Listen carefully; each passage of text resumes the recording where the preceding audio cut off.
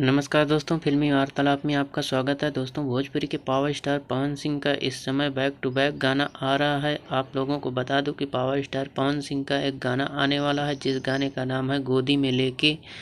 दोस्तों, इस गाने को लिखे हैं विजय चौहान और इसमें म्यूजिक है आर्या शर्मा का, और गाए हैं इसको भोजपुरी के पावर स्टार पवन सिंह और साथ में गाई हैं शिल्पी राज। दोस्तों, इसमें जोड़ी देखने को मिलेगी आपको पावर स्टार पवन सिंह और क्यून सालनी की, जो कि आप पिछले गाने में देख चुके हैं। और इस गाने का टीजर आज शाम 5 बजे ग्लोबल म्यूजिक जंक्शन से रिलीज किया जाएगा।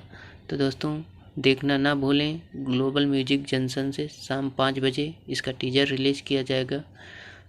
तो दोस्तों, गाना बहुत बवाल होने वाला है और बहुत शानदार होने वाला है। एक बार ज़रूर देखें, और जानकारी अच्छी लगी हो तो वीडियो को लाइक करना ना भूलें, और चैनल पर पहली बार आए हो तो चैनल को सब्सक्राइब करना भी ना भूलें। जय हिंद, धन्यवाद दोस्तों।